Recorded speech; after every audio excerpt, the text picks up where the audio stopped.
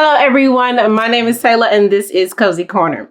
We are still in our Sweet Oblivion series. If you have not already, please subscribe, follow, and like for more. Turn on your notifications so that way you can see my content every Wednesday and you don't miss out, okay? So, previously, we already talked about what happened during the abortion, why I had to get the abortion. Also, my brother passed away on Mother's Day. Very difficult time for me. Had to return back to school. Things were not getting better then. And so my senior year, at this point, I had a car and everything. And my boyfriend at the time, Rebel, as you know, was staying with a group of friends. They had got this place together. They would stay with a group of friends. And I guess something wasn't working out because I ended up having my own place as well. And he wanted to move in with me. Why did I allow him to move in with me? I do not know, but I did. You know, I was at a point in my life where I was extremely vulnerable. And I felt like at that time, he was the only person that I can truly depend on. I mean, my mom and dad were not together and they were going through their own thing. And then my dad had got into a terrible car accident. And we didn't know if he was even going to make it because the surgeries he had to have were pretty drastic. And so we went through that whole process, me going back and forth from the hospital, family drama there. So I just felt like he was like, I don't know why I felt like he was my safe space, even though he was abusive. Like now that I'm thinking about it, I'm like, what was I really thinking at that time? Like, what was really going through my mind? And so senior year, at this point, he kind of already know he has a hold on me. And he's like, yeah, you know, nobody's here for you like I am. I'm going to always be here for you. And we move in together and things were going okay at first. He ended up getting this job where he was working part-time and going to school to kind of just have extra money. And things seemed to be smooth. And then it got to the point where the abuse started to happen again. And this time we were arguing over something really small. It was extremely small. And I knew I was graduating. I think it was a lot of frustration with him not graduating on time because the advisor he had at that time did not really set him up for success like my advisor did. And so he had to stay another year. And we got into this argument and he just backhand slapped me. And I remember hitting the bed and then I hit the floor. And I was holding the side of my mouth and I'm like, and in my head, I'm thinking, now keep in mind, he has put his hands on me before, but this just seemed, I don't know. And I remember sitting on the floor and I'm like, did he really just hit me? And he just goes into this hysterical panic mode, full on crying, pleading, I'm so sorry. I didn't mean to do that. I would never do that again. And then to the point where he was threatening to commit suicide.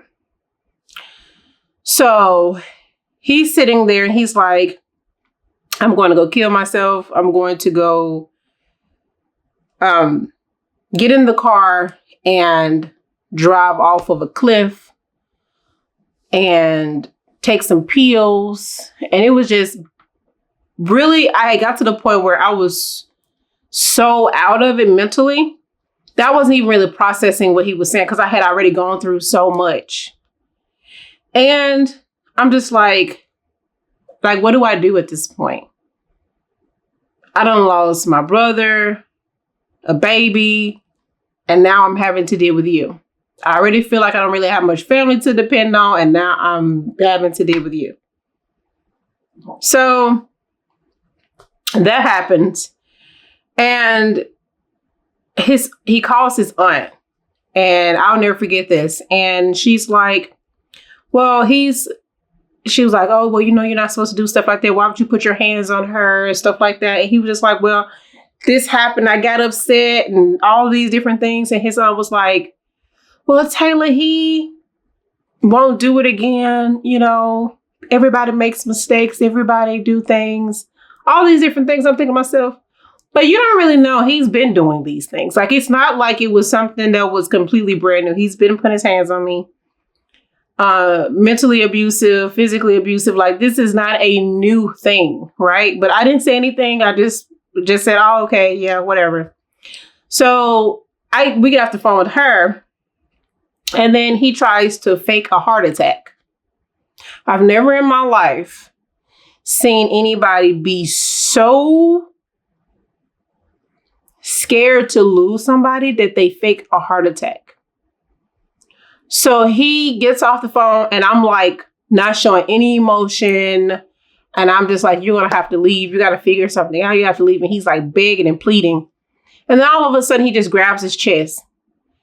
And then talking about, I think I'm having a heart attack. And I'm like, that's not something you play about. You don't play about having a heart attack. And so, of course, we still call, you know, the ambulance to come to check him out and do all those different things. There was absolutely nothing going on with him.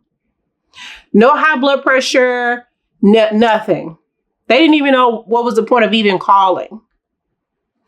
And so I'm just sitting here like, if he would go this far to fake a heart attack to be with me, then what else is he willing to do?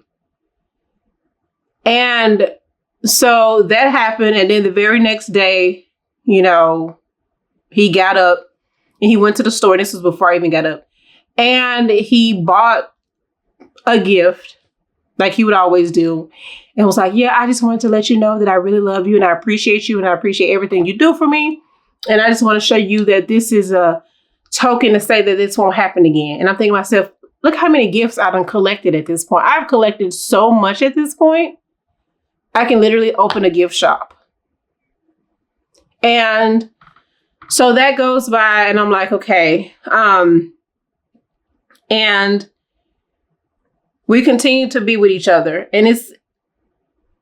And graduation time comes around. And I really wasn't expecting him to really go far to be with me or try to marry me or anything like that, because we talked about marriage in the beginning, but like when all the abuse and stuff started happening, I wasn't talking about marriage at all. I wasn't planning on marrying him or being with him.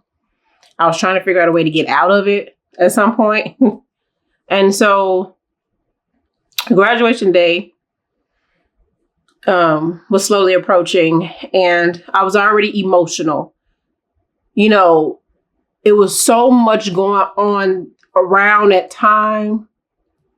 I was really, graduation was supposed to be a good time of my life, but it ended up being a very depressing time for me. Although I was graduating with my degree, I was still grieving and I was still in that dark place. And at this point, me and a few of my friends had fallen out over small things, he say, she say stuff. And, you know, you never expect your friends to say some of the things that they say, you know. And I remember one of my friends was having a conversation and I was like, well, you know, if something happened like with our friendship, how would you feel? You know what I mean? Like, how would you feel about that? And they were just like, oh, well, life will go on. I'll be just fine. As if it was just absolutely nothing. I'm like, oh, okay. And at that time I was already in a dark place. So I was just like, okay, this is just another person that's considered a loss for me. And when you're in such a hard place and you're grieving and you're trying to celebrate, how do you celebrate? How do you get out of that funk? And I was in a funk the entire day. Like, you know, some of my other friends came down from where they lived at to come see me graduate. And I was just so not with it. Like, they were trying to cheer me up. Yay, so this is a good day. And I cried that morning. I really cried because I was just like, I didn't even really want to walk across stage. They could have just mailed me my degree, but because I had already invited all my family and took all these pictures, I had gained so much weight from being depressed. And really, a lot of my passions and the things that I was doing in school, I had no longer had interest in. Like, I was dancing up until that point. I completely stopped dancing and stepped down and tried to let somebody else take over. Like, it was to the point where I was just so over it. And I'm pretty sure a lot of people know what it feels like to be in a very dark space and you don't know what to do. Like, it's almost like you're just in this box and it's just you and you're alone and you can't make sense of the world. You can't make sense of, life itself. You're trying to figure that out. And so go to graduation and everything goes well. And I had a graduation party, which my family had planned for me. I really wasn't expecting a big party, but I was happy that they did put one on for me. I was really excited about that. So we go to the graduation party and all my family is there. Even my friends, like I said, family came down from Memphis. I'm like, this is kind of weird that all these people are in this room. Like, this is like so. And I never put two and two together that something else could be in the works. So then at one point, everybody's talking about how proud of me they are and all these different things. And we're sitting there and he's like, I have a presentation for you. And I'm like, oh, okay. So I'm sitting down in this chair and I'm watching this little presentation thing. And I'm like, cool. All these pictures and videos of us popping up on this screen that his folks done put together. And they over in the corner just as happy as they can be. And the little PowerPoint presentation goes off. And he's on the side of me on one knee asking me to marry him. And I froze for a good minute. I didn't say a word. I was just looking at him. And it was so much going on in my head at that time. I couldn't even make sense of what it was. Like, I'm like, the nerve of you to propose to me. Not only on my graduation day, but in front of my whole family. Now you have me boxed in because it's like, if I don't say yes, everybody's going to look at me weird and wonder what's going on. And then what am I compromising to say yes? And that was the hardest decision to make in front of everybody. I was not expecting it.